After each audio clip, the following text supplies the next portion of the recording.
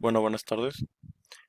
Vamos a hablar de los trastornos alimenticios, específicamente el tema de pica, que pues, se va a definir, o su definición habla sobre una ingesta repetida de una sustancia que no es nutritiva durante al menos un mes.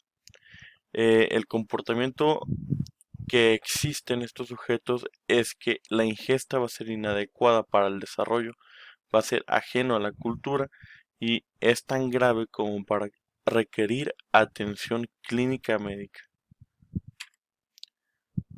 Hablando específicamente de los alimentos que se consumen en este trastorno en México, hablamos del barro, de los gises o material escolar, el carbón y los ladrillos rojos. En cuanto a la epidemiología de la enfermedad, este va a ser más frecuente en sujetos preadolescentes.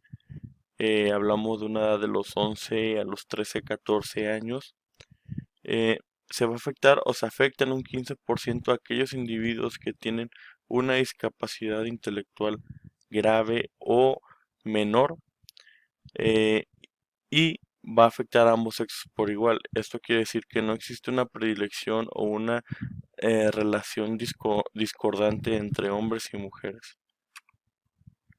En cuanto a su etiología, este está asociado con una discapacidad intelectual baja o disminuida, una negligencia y las deficiencias nutricionales.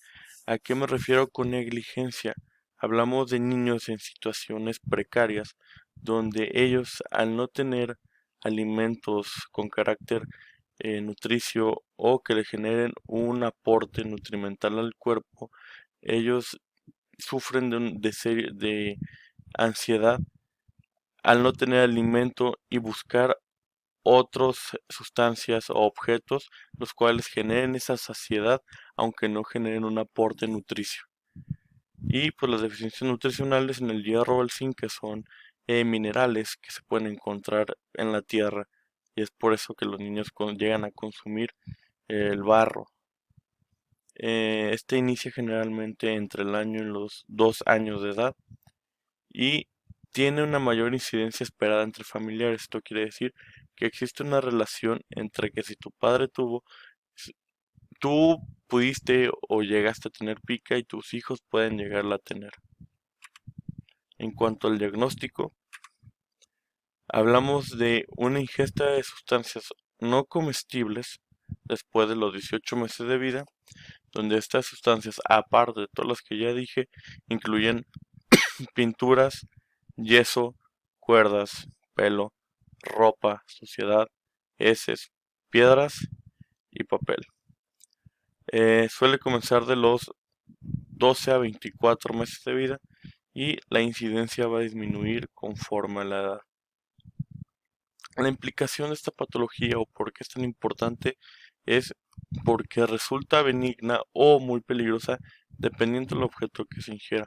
No es lo mismo un cuadro oclusivo por un niño que está ingiriendo cantidades de tierra a un niño que esté ingiriendo tornillos, clavos o sustancias más peligrosas que puedan generar, por ejemplo, una perforación intestinal y en tiempo pueden llegar a la muerte al sujeto más rápido que el barro.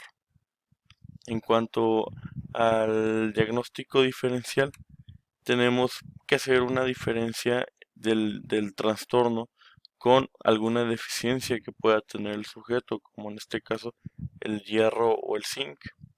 Y pues puede estar asociado a otras patologías, por ejemplo la esquizofrenia, el trastorno autista, el síndrome de Klein-Levin, que en el de Klein-Levin hablamos de niños o preadolescentes que sufren de hipersomnia y después tienen hiperfagia, o sea que duermen mucho alrededor de 24 48 horas, se levantan y comen demasiado también. Y la anorexia nerviosa. En cuanto a la evolución y el pronóstico de la enfermedad o del trastorno, se tiene un pronóstico variable. Eso quiere decir que la pica infantil suele desaparecer conforme a la edad, como ya les había dicho.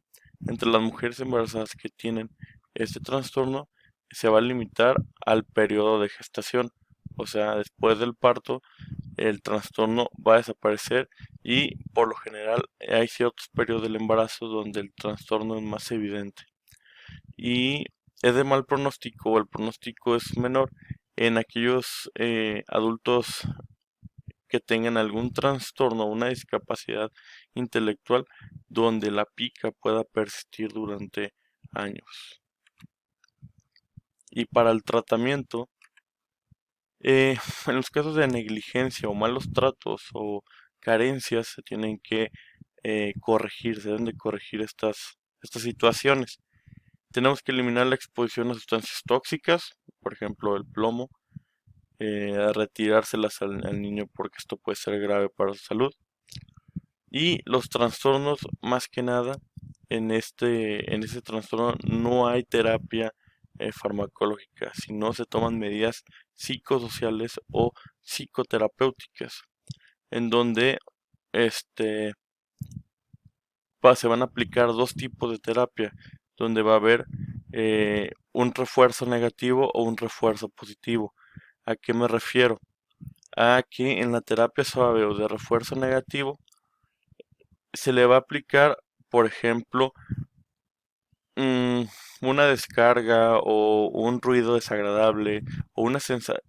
El punto del refuerzo negativo es aplicarle al niño un, un estímulo desagradable para que él identifique la sustancia como algo malo y él pueda discernir y no ingerirlo.